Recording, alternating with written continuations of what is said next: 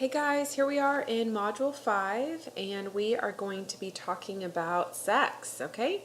We're going to be talking about the way our bodies are set up, talking about the way desire works.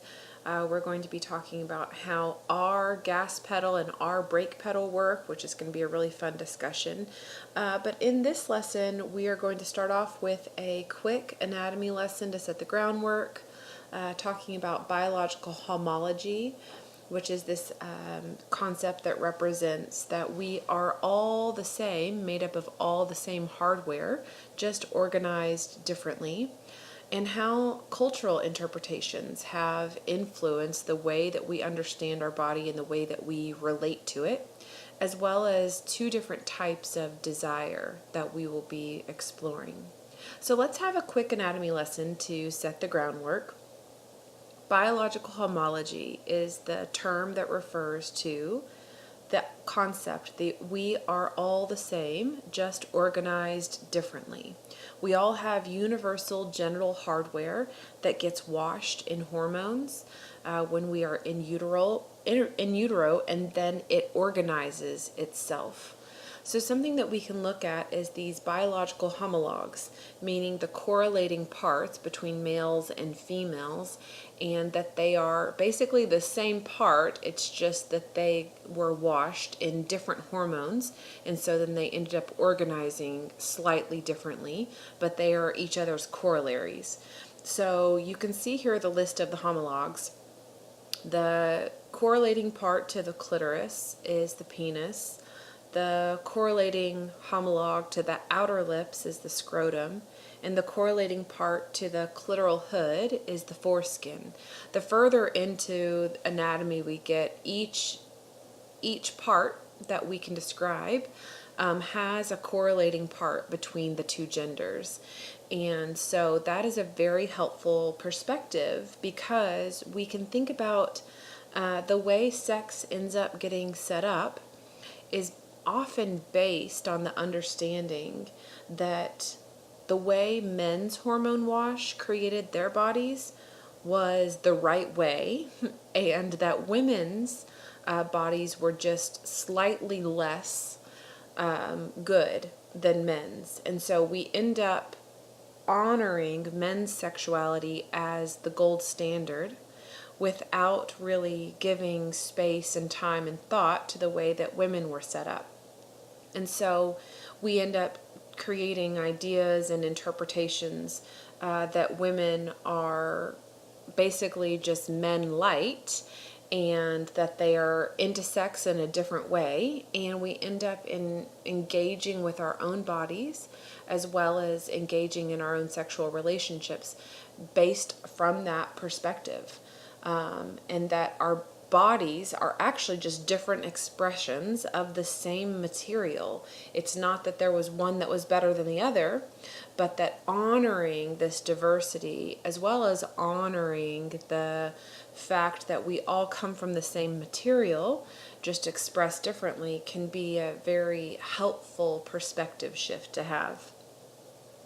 Something I want to discuss is how cultural interpretations of the way that men and women ended up getting set up and the variety between them ended up impacting the way we understand bodies. So I'll give you an example that and how it has developed a shame-based relationship with our bodies. So medieval anatomists used to call women's genitals the pudendum. This word actually came from the meaning to make ashamed. And so women's genitals basically got named from the shamefacedness that is in women to have them seen. And so the idea is that tucked in genitals, meaning less kind of forward facing than males, tucked in genitals ended up gathering cultural meaning, and how this kind of shame experience that women's sexuality should be a hidden thing, it should be tucked away, it should be put behind closed doors, and that men are able to have kind of expressive and outwardly expressive sexual lives, how that's actually ended up having unhelpful interpretations as well as shame type interactions with one's body. And so the human interpretations here have been pretty unhelpful. And so to level the playing field and to have kind of just neutral interpretations of bodies can be a much more helpful way to approach sexuality as well as the setup of different people's bodies. And launching off of that, we can see how human interpretation of the way that our bodies got set up can even go a step further, in that often women's sexuality is seen as men's sexuality light.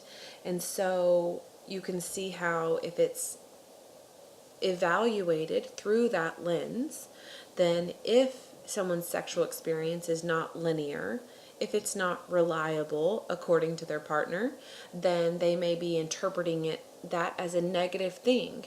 And so in the book that I'll recommend highly, the book is titled Come As You Are, good pun, and the author rather, is Emily Nagoski. Excellent resource for this material, but she posits that in fact that there are more variations within the male gender and more variations within the female gender than there are diversity between the two genders. And so that understanding is a really helpful thing for this next goal, to pay attention to, that the goal is not to figure out what men are like or what women are like, but to figure out what you are like. And the way that you come to the world and the way that you come to your physical and sexual relationship with your partner is perfect.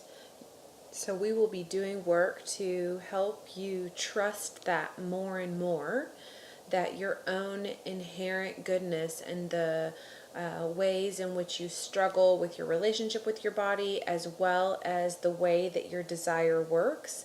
And sometimes it works the way you want it to, and sometimes it does not work the way you want it to. And so we can be engaging with our body as well as with the way that we desire in a self-compassionate way. One of the things that I'd like you to do is to consider doing this exercise here. The function is to create resistance to the default. So the default being perfectionistic standards about the way that our bodies are supposed to look, the way that our bodies are supposed to respond, the way that our sexuality is supposed to look in our lives, as well as the way that our desire is supposed to function. And so this is what I want you to do. I want you to get out your journal that you've been using throughout the program. I want you to stand and look in the mirror for, let's say, 1 to 2 minutes. And I want you to write down one thing you see that you like. I want you to start filling up that kind of bucket of love for your own self and paying attention to the things you like rather than the things that you would like to change. The more time you spend expressing gratitude and appreciation and celebration and positive thoughts towards your own body, all of that adds up to create a different and more positive relationship and pushes against these kind of cultural perfectionistic standards that are really unhelpful when it comes to our sexual relationship. I want to talk to you about this idea of desire. So I'm going to be describing to you 2 different types of desire, but first I want to describe to you what desire is. So basically, it is the physical experience of arousal within a context that works for you. Context meaning all the pieces of information and experience that are surrounding that moment.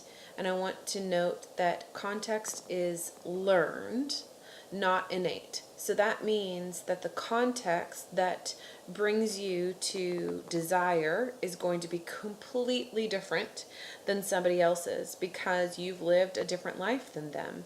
And so you could imagine then 2 partners coming together, that their experiences of desire in the context that would take them to that would be very different. We wouldn't expect that they would have similar experiences because they have lived very different lives.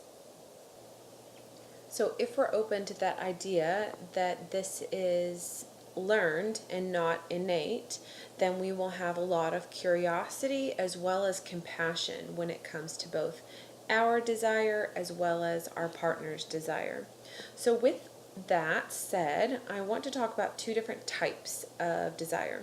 So we have spontaneous and we have responsive.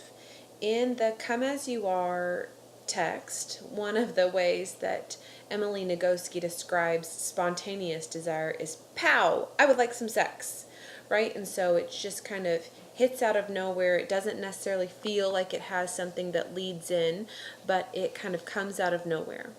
With responsive desire, it is finding, wanting sex after sexy things are already happening. And so as I'm describing those two things, the two of you can be considering, what is it that you experience mostly? Now, you both experience both spontaneous as well as responsive desire, but one of you may say, you know what? I never experience spontaneous desire. I almost only experience responsive desire.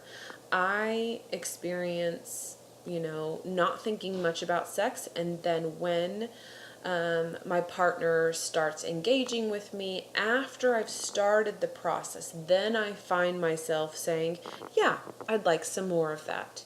But your partner may experience lots of spontaneous desire, and they may feel like, why don't you ever initiate sex?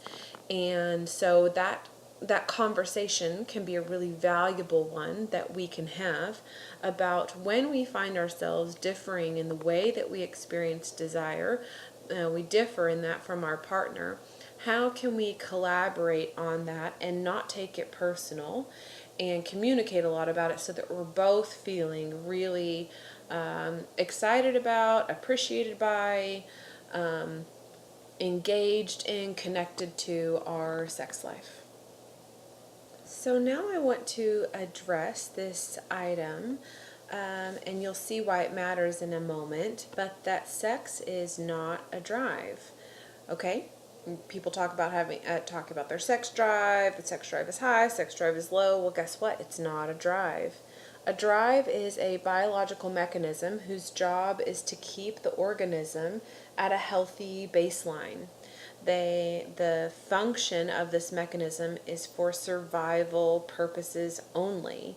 You might be thinking, but about reproduction as a human race, we wouldn't survive anymore. But this is a individual biological organism that needs to perform a function in order for its own self to survive, right? So sex does not fall within this, right? So you're thinking of only survival components, and no one ever died from not getting laid.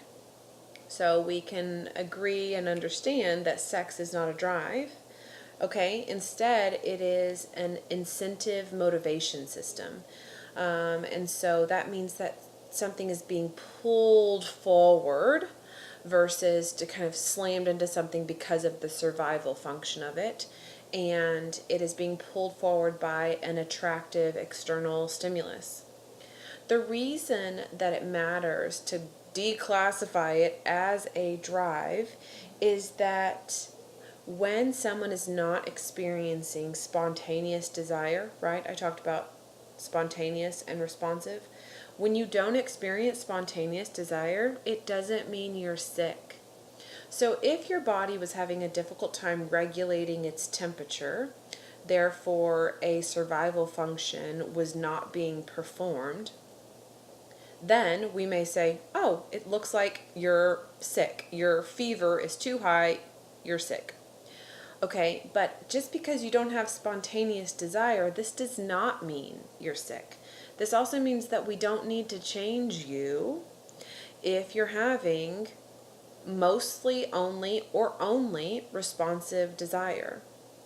This ends up being a really important topic when we talk about within a relationship. If someone is saying that they are needing to relieve their sexual frustrations, that this is a drive, that this is mandatory, we know that that's not true. We know that it is this incentive motivation system. It's being pulled forward by a stimulus, but it is not a drive. we may end up giving sex privilege that it does not deserve. So that points to us making adjustments and learning about our desire out of a want to have a different experience, but not out of necessity. And so, reminder, lack of spontaneous desire doesn't mean that there's anything wrong and there are no changes that need to occur. The goal is to check in with your own self, learn about how you work, and then go from there.